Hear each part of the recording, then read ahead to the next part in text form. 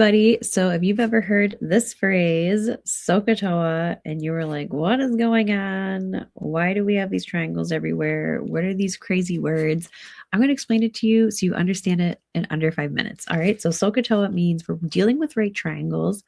We're dealing with some trig functions, and the purpose is to either find a missing side or a missing angle. So I'm going to teach you how to remember these and use them hopefully pretty easily. So I like to rewrite. A lot of people will write SOH CAH TOA out horizontally, but I actually like to write it in the fraction that you're going to see it. So sine, which is the first one, is going to be that opposite over hypotenuse, and it's sine of some angle, okay? Then you have cosine,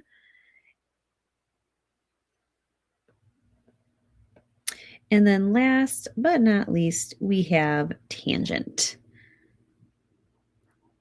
And if you decide to move on to some higher level maths, you'll do more with graphing these things, but for now, we're just going to use them to find some missing sides and angles. Okay, so writing it out as those fractions, so you know who's your numerator, who your denominator is, super helpful because order matters.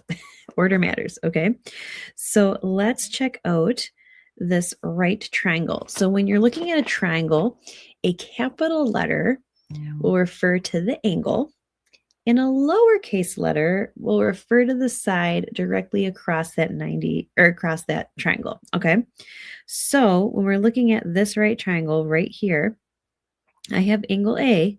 So that means directly across from it, I have side A, lowercase a. And then I have angle B.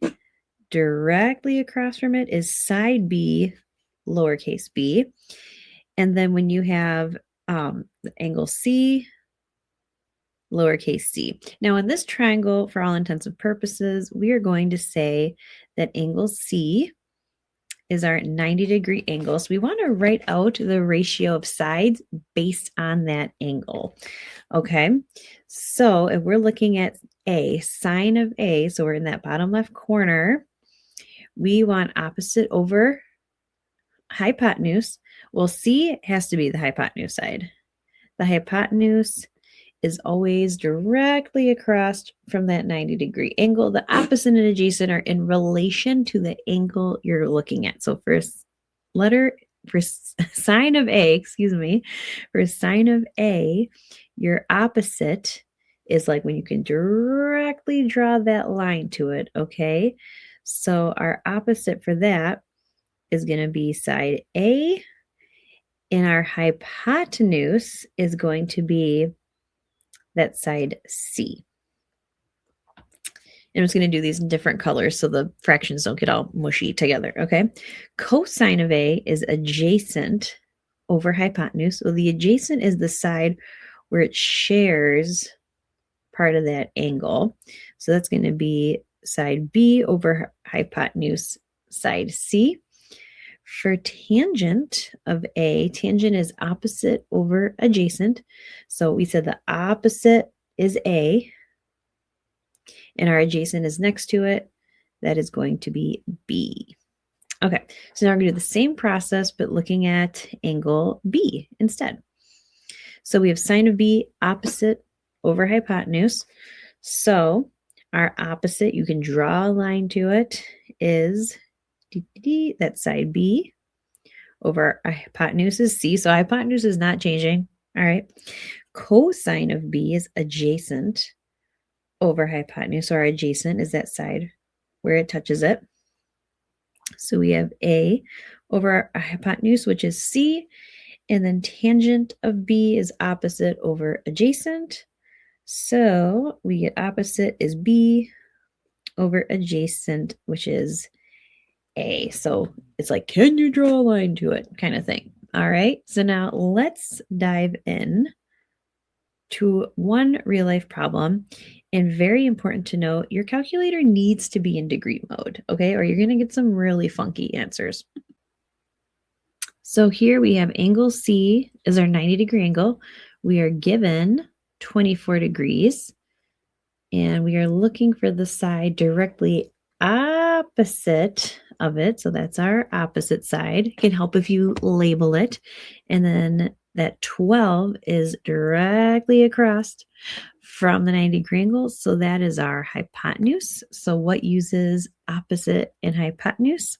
Well, if we write out our SOH CAH TOA, opposite in hypotenuse is sine. So we are going to write this as sine of the angle, which is 24 degrees, equals our opposite A over our hypotenuse, which is 12. So your calculator needs to be in degree mode. Well, if your calculator is in degree mode, well, if you look up here, this says radian. So you're going to click on mode, go down to degree, hit over, and then enter. And now that's bolded and you see degree up here. All right. And then second mode to go back home. But first we should probably see what are we plugging into that calculator. So let's put sine of 24 over 1, A over 12.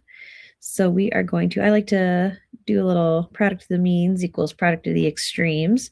So we're going to have 12 times sine of 24 equals A. And I like to write the side out front of the trig function in front of sine so that when you're plugging this in the calculator, you don't get that other number 12 mixed up inside the angle. So putting that out front, put a little star there, definitely super helpful. So let's go back to our calculator. You're typing in 12 times sine of 24. I always like to close that angle off so you don't have other stuff floating in there, getting you some weird answers.